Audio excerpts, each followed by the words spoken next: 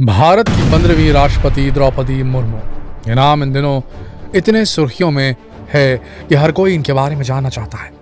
लोग जानना चाहते हैं कि आखिर कैसे उड़ीसा के एक छोटे से गांव से निकलकर इन्होंने राष्ट्रपति पद की दूरी तय की।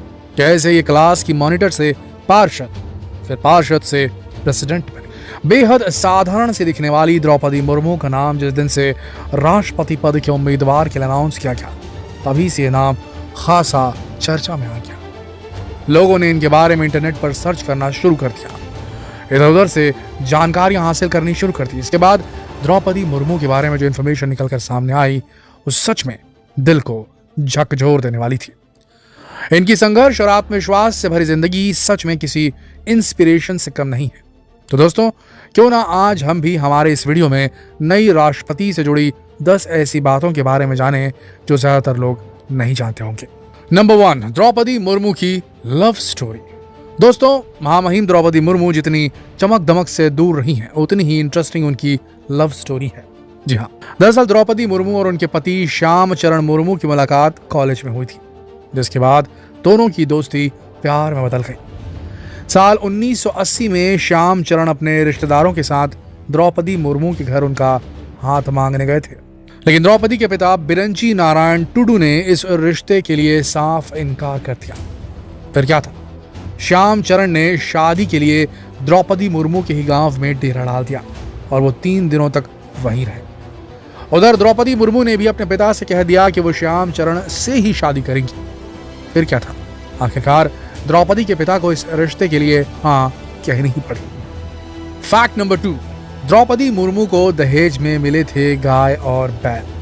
जी हाँ दोस्तों, आमतौर पर आपने सुना होगा कि लड़की वाले लड़के वालों को दहेज देते हैं, लेकिन आपको बता दें कि द्रौपदी मुर्मू जिस संथाल समुदाय से ताल्लुक रखती है, वहां लड़की के घर वालों को लड़के की तरफ से दहेज दिया जाता है। और इसी वजह से जब दोनों के घर वाले शादी के लिए राजी हो गए, तब दहेज के तौर पर श्याम चरण के घर वालों ने द्रौपदी मुर्मू को एक गाय, एक बैल और 16 जोड़ी कपड़े दिए थे। फैक्ट नंबर 3, छुड़ता चला गया अपनों का साथ। ये द्रौपदी मुर्मू के जीवन की सबसे कड़वी सच्चाई है कि उन्होंने अपने सामने 2 बेटे, एक बेटी और पति की मौत देखी है। श्याम चरण मुर्मू और द्रौपदी मुर्मू के 4 बच्चे थे, 2 बेटे 2 बेटियां। लेकिन साल 1984 में मुर्मू की एक बेटी की मौत हो गई। इसके बाद साल 2009 में बड़े बेटी की 25 साल की उम्र में एक सड़क हादसे के दौरान मौत हो गई, जिसके बाद द्रौपदी मुर्मू डिप्रेशन में चली गई। फिर साल 2013 में दूसरे बड़े बेटे की भी सड़क हादसे में मौत हो गई। वहीं 1 साल बाद 2014 में मुर्मू के पति श्याम चरण मुर्मू की भी दिल का दौरा पड़ने से मृत्यु हो गई।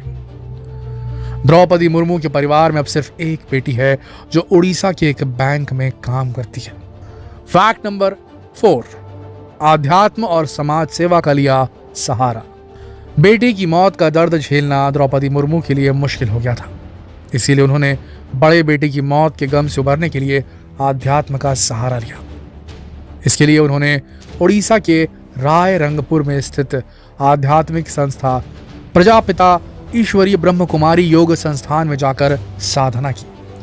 धीरे धीरे हर रोज की प्रैक्टिस के बाद उनके जीवन में थोड़े पॉजिटिव बदलाव आने शुरू हुए और वो उस सदमे से बाहर निकल आए। इतना ही नहीं, पति की मौत के बाद तो उन्होंने अपना पूरा ध्यान समाज सेवा में लगा दिया।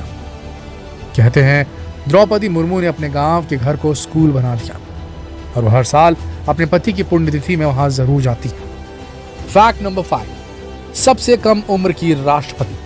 तो हम सब जानते हैं कि द्रौपदी मुर्मू आदिवासी समुदाय से आने वाली पहली राष्ट्रपति, लेकिन आपको यह भी बता दें कि द्रौपदी मुर्मू सबसे कम उम्र की बनने वाली राष्ट्रपति भी हैं।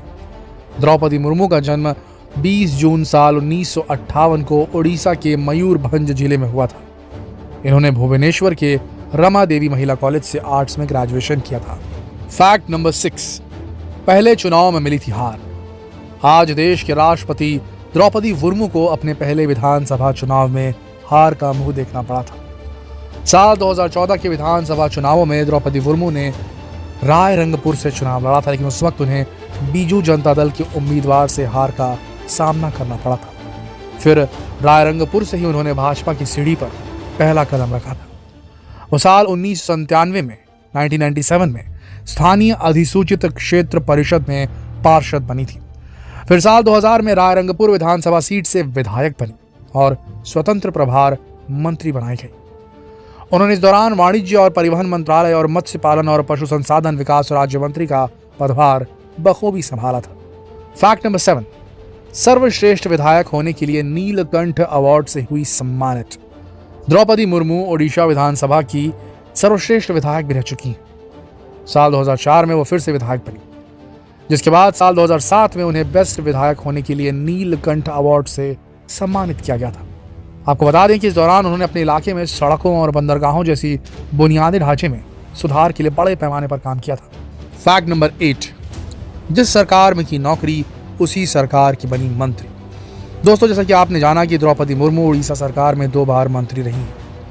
वहीं आपको ये भी बता दें कि मंत्री बनने से पहले उन्होंने इसी उड़ीसा सरकार में नौकरी भी की थी। जी हाँ, उन्होंने सिंचाई और बिजली विभाग में एक जूनियर असिस्टेंट के रूप में नौकरी भी की। वह रायरंगपुर के Shri Aurobindo integral education centre में मानद सहायक शिक्षक के रूप में भी काम कर चुकी। फैक्ट नंबर 9, झारखंड की पहली महिला राज्यपाल बनी। साल 2015 में द्रौपदी मुर्मू को झारखंड का राज्यपाल नियुक्त किया गया। वो इस पद पर साल 2021 तक रहीं। वो झारखंड की पहली महिला राज्यपाल थी। इस पद पर रहते हुए उन्होंने अपना काम बड़ी ही ईमानदारी से निभाया था। फैक्ट नंबर 10, राज्यपाल होते हुए लौटा दिया बीजेपी सरकार का विधेयक। आपको ये जानकर भी हैरानी होगी कि झारखंड सरकार की राज्यपाल रहते हुए द्रौपदी मुर्मू ने अपने ही सरकार की ओर से विधानसभा में पारित किए गए CNT SPT में संशोधन से संबंधित विधेयक को लौटा दिया था। इतने नहीं, उन्होंने सोरेन सरकार के जनजातीय परामर्शदात्र समिति, जिसे TAC भी कहते हैं, उसके गठन से रिलेटेड फाइल भी लौटा दी थी। भारत की दूसरी महिला राष्ट्रपति द्रौपदी मुर्मू ने राष्ट्रपति पद की शपथ ले ली है। आदिवासी परिवार में जन्मी द्रौपदी मुर्मू का जीवन आसान नहीं रहा। गरीबी और पिछड़े क्षेत्र से ताल्लुक रखने वाली मुर्मू ने अपने अधिकारों के लिए एक लंबा संघर्ष किया है। आपको बता दें कि साल 2010 में बीजेपी ने इन्हें मयूरभंज से जिला अध्यक्ष बनाया था। इनकी मेहनत और ईमानदारी को देखते हुए पार्टी ने साल 2013 में इन्हें दोबारा जिला अध्यक्ष बना दिया। साथ ही साल 2013 में बीजेपी ने इन्हें अनुसूचित जनजाति मोर्चा का नेशनल एग्जीक्यूटिव भी बनाया था। वैसे द्रौपदी मुर्मू को उनके आदिवासी उत्थान के लिए भी जाना जाता है। उन्होंने इस काम के लिए 20 सालों से भी ज्यादा का वक्त दिया है और उनका आदिवासी प्रेम तो उस वक्त भी देखने को मिला जब उन्होंने शपथ ग्रहण के बाद संबोधन में सबसे पहले जोहार बोलकर सबको संबोधित किया। बता दें कि आदिवासी भाषा में जोहार का मतलब नमस्ते होता है। वहीं राजनीति में आने से पहले एक शिक्षक के तौर पर भी उन्होंने समाज की खूब सेवा की है। चलते चलते आपको ये भी बता दें कि NDA उम्मीदवार द्रौपदी मुर्मू ने राष्ट्रपति पद के लिए हुए चुनाव में विपक्ष के उम्मीदवार यशवंत सिन्हा को बड़े अंतर से हराया था। द्रौपदी मुर्मू को जहां 6,76,803 वोट मिले, वहीं यशवंत सिन्हा सिर्फ 3,80,177 वोट हासिल कर सके। दोस्तों, इस वीडियो में दी गई जानकारी हमारी अपनी राय नहीं है। ये सारी जानकारियां इंटरनेट से ली गई हैं। इस वीडियो के जरिए किसी जाति, धर्म, व्यक्ति या संस्थान की भावनाओं को ठेस पहुंचाना हमारा मकसद बिल्कुल भी नहीं है। दोस्तों, आपको हमारे वीडियो कैसा लगा नीचे कमेंट सेक्शन में जरूर लिखकर हमें बताएं और साथ ही इस वीडियो को जितना हो सके शेयर करें फेसबुक पर, व्हाट्सएप पर, यूट्यूब पर। कल फिर मिलते हैं एक और दिलचस्प वीडियो में। तब तक के लिए आप सबका इस वीडियो के अंत तक बने रहने के लिए दिल की गहराइयों से